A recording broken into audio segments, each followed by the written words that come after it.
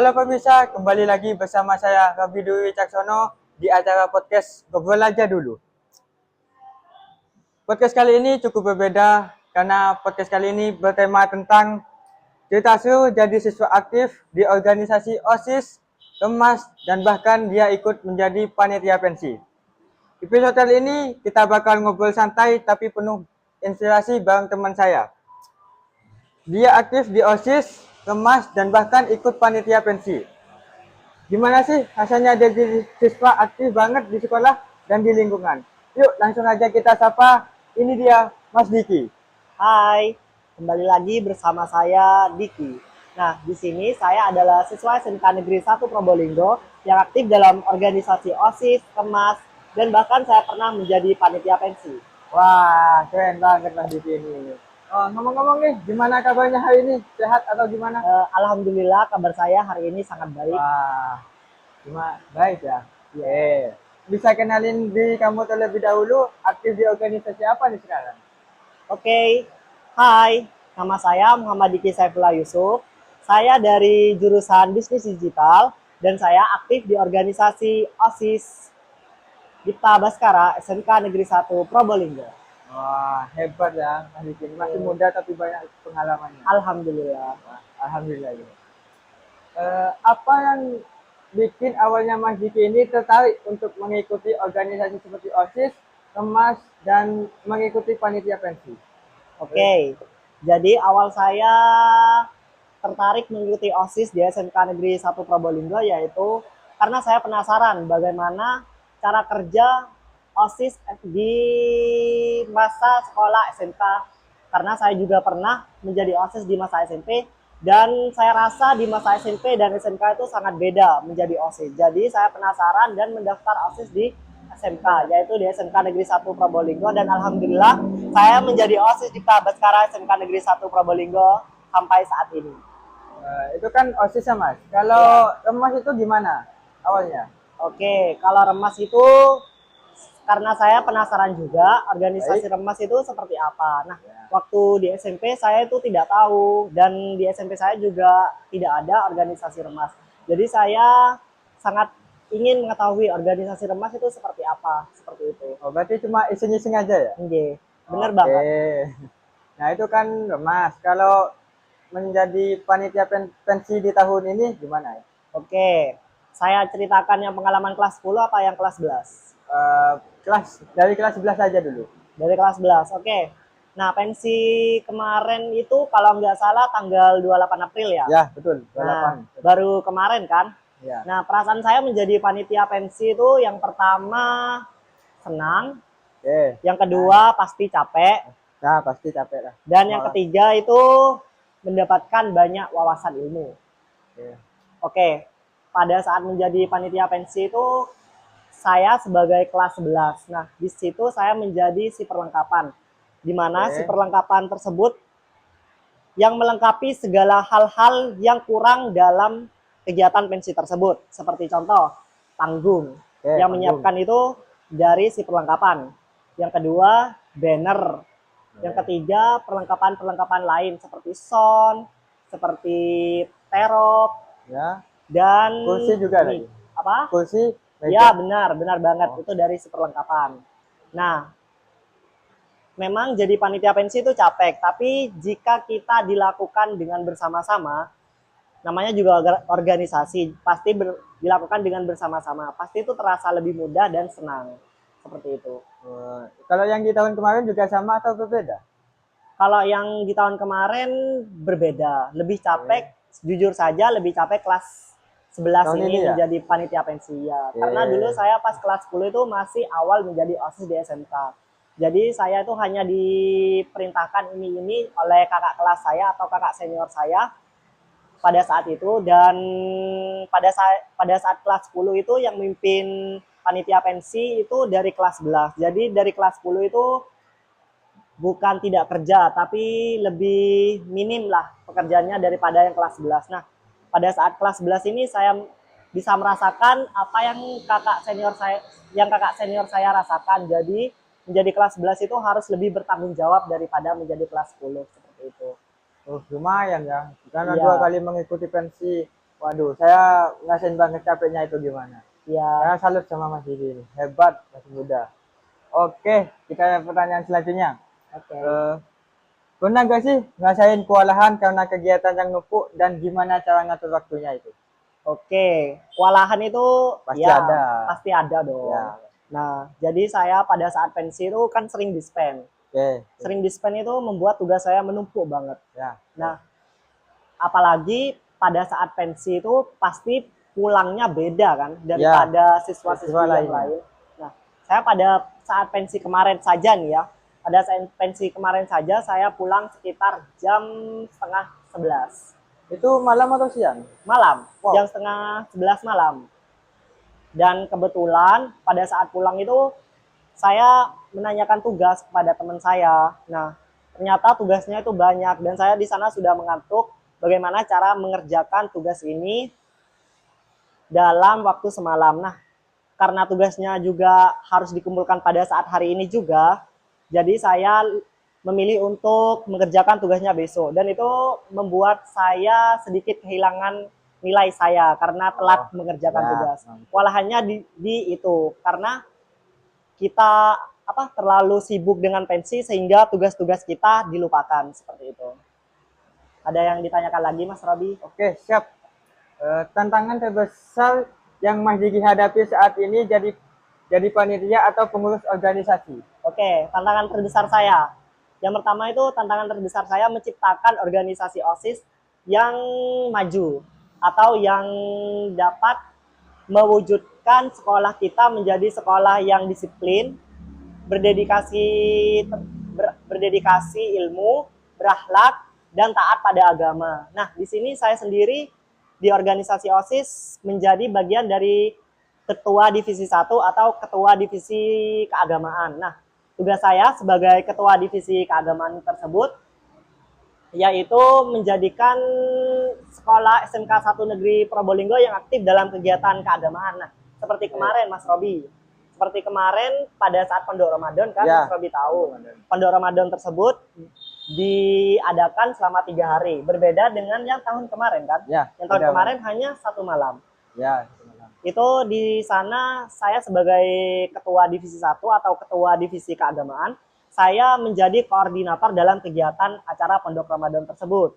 Nah, dalam kegiatan Pondok Ramadan tersebut tidak hanya ada pesantren kilat, tetapi ada kegiatan-kegiatan yang lain.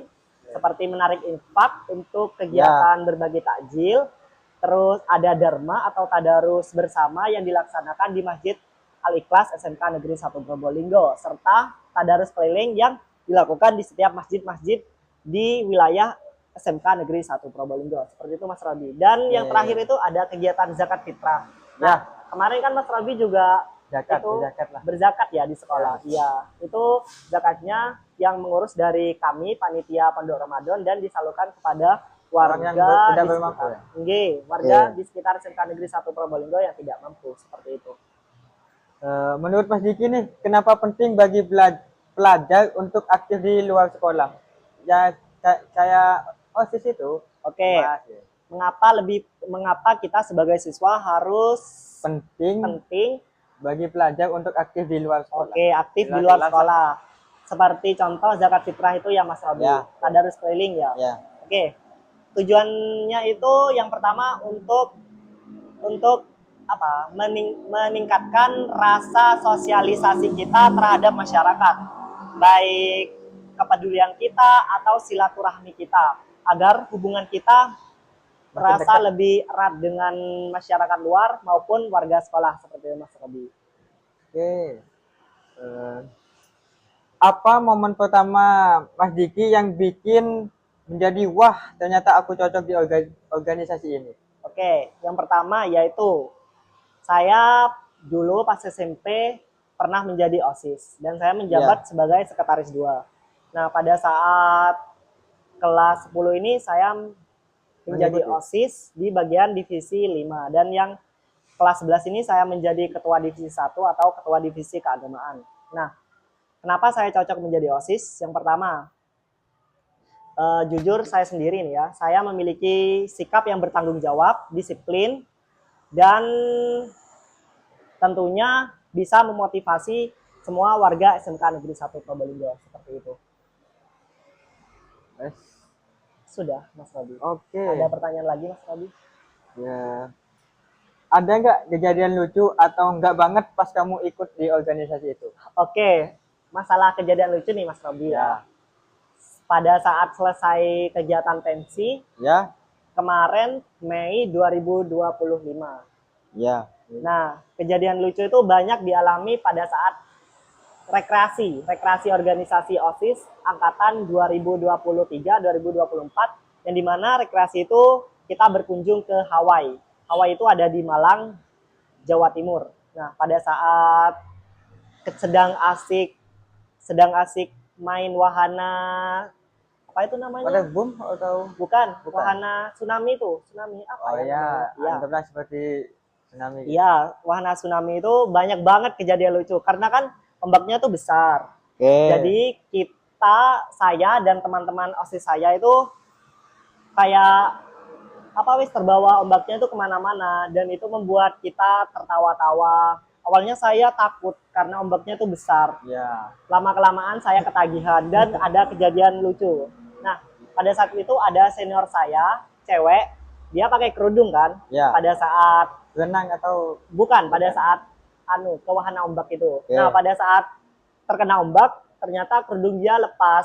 Oh. Itu membuat kami satu organisasi tertawa dan mencari kerudung dia. Dan yang kejadian yang kedua yaitu yang kejadian dialami saya sendiri itu, Mas Robi. Nah, pada saat terkena ombak itu saya nggak sengaja, Mas Robi. Kenapa?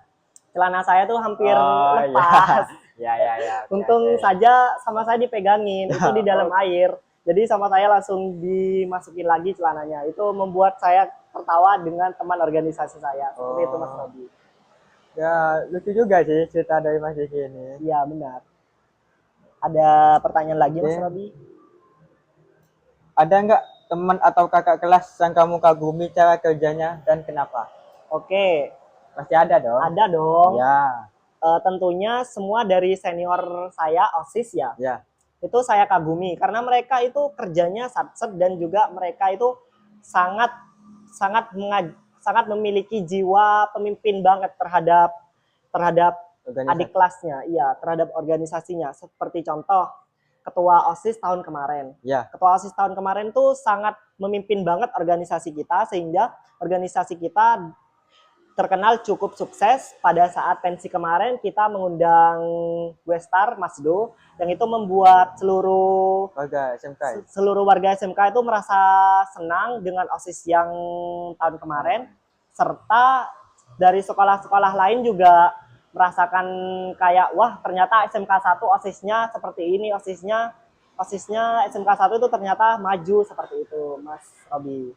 Oke. Kalau haus minum dulu. Coba minum. Oke.